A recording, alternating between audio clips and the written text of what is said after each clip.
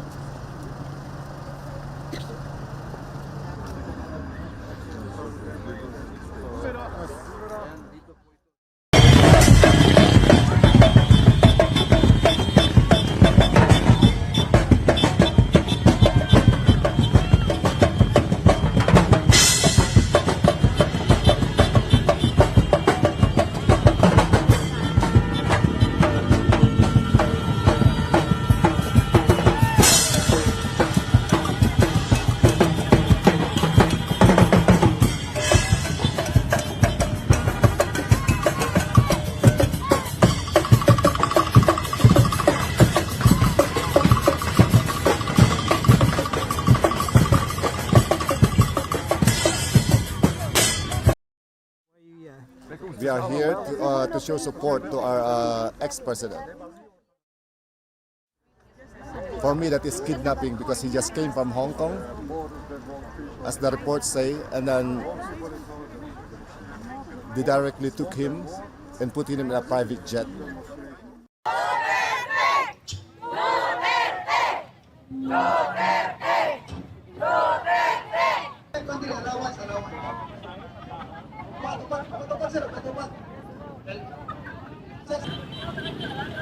Okay, ang alam nato sa kinakanin nyo, kung sa kanin nyo pagsunod nato galingan lugar, nato kanin nyo paghawa nato, okay lang?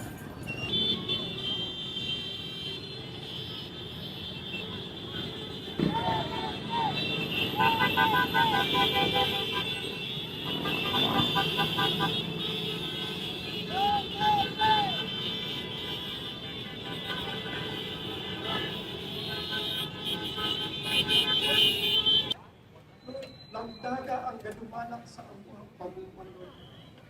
Lord, palayot kang sa diskasya, pinaon, numatarong na umagdala sa tungkol ko yan, Lord. Kini among palayot itagi sa iyong anak sa Jesus. Amen. Tulong sa illegal na droga. Sa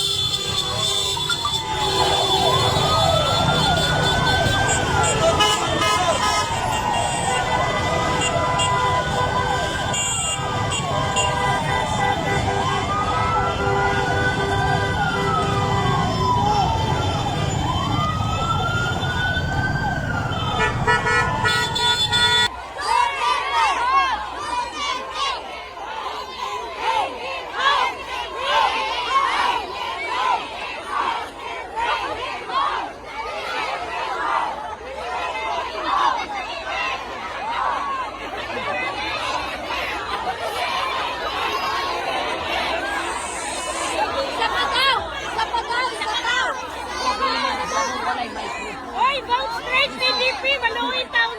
Isa pa daw.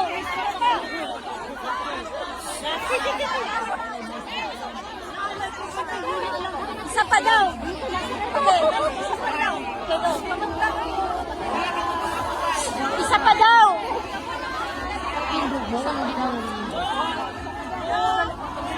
Go. Yung tatlo na nagsabi na pwede magpatuloy ang preliminary investigation, hindi naman decision yun sa jurisdiction. So ngayon ang pagkakataon na ilabas talaga yung issue ng jurisdiction dahil nagsimula nga ang preliminary investigation sa pangalawang taon matapos tayo magbitiw sa ICC. Dapat kasi nagsimula yung investigasyon na yun sa loob ng first year lamang. At ito yung desisyon sa kaso ng Burundi. So, ngayon, yan ang uunahin namin at hindi namin aantayin ng September 21. Attorney, anong stand niyo po na ang ating Pangulo ay kinidnap galing Hong Kong tapos Kaya hindi nga natin po, partner ang yung sinasabi Dubai? namin, yung kidnapping dapat dahilan para mawalan ng jurisdiction ang ICC dahil ang kidnapping ay illegal. At hindi pwede na magkaroon ng jurisdiction ang isang hukuman na nagbibigay ng katarungan kung mali ang paraan ng pagkakaroon ng jurisdiction sa pagkatao na nasasaktan. Attorney, yung pagbasa ni Tory ng Miranda rights, tama ba yun bilang Mali attorney? po. Kasi binasa lang niya, Miranda rights sa Pilipinas. Hindi niya sinabi na may karapatan ng Sir Harry. iharap muna sa lokal na hukuman. Para masigurado ang kanyang mga karapatan ay nare-respeto ng mga nag-aaresto mga pulis at yung karapatan na provisional liberty na bibigay ng lokal na hukuman. Alam nyo, lahat ng aking mga sinabi ay dapat hindi naman automatic yan na ilahat sakay sa eroplano. Yun ang kanilang binabag. Kasi dapat na nakasaad sa Article 59 ng Rome Statute ay dadalhin muna siya sa lokal na hukuman. Opo, yun po dapat yun. Opo. Masigurado na nare-respeto ang kanyang karapatang pantao. Kasama na yung pagbibigay ng interim na kalayaan habang hindi pa napapadala sa ICC. Attorney, sinasadya ba nila na i-open yung arrest warrant na yung presidente natin ay lalapag sa airport ng Pilipinas? Sinasadya ba nila? Sino po ang may pakana doon? Kasi sabi nila mayroon talagang may pakana doon. Wala talaga dyan ang Marcos administration. Yun! Sila pa nga umupa ng eroplanong privado para sa kayang eroplano ng presidente. Normally, ang hukuman ang magbabayad niyan. Ano po yung sinasabi Attorney, po yung nila? eroplano niya is from ICC. Merong karapatan ba yung eroplano? Hindi nga taga-ICC yung eroplano na yun eh. Bakit naglanding sa Dubai na hindi naman... Ayun.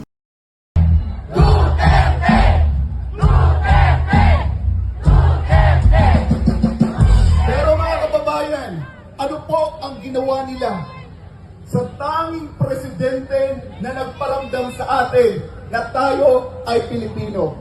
Ano po ang ginawa nila sa presidente na ipinaramdam sa atin na ligtas tayong maglakad sa kalsada kahit gabi, kahit madaling araw? Anong ginawa nila sa presidente natin na sinugpo ang CPP, NPA, NDF? Sinugpo ang illegal na droga? Sinugpo ang kriminalidad? Sabi ni Vice President Sara Duterte, kidnapping ang ginawa nila kay Tatay Digong. Kaya nung panahon na si Tatay Digong ay tumayo para sa bawat isa sa atin,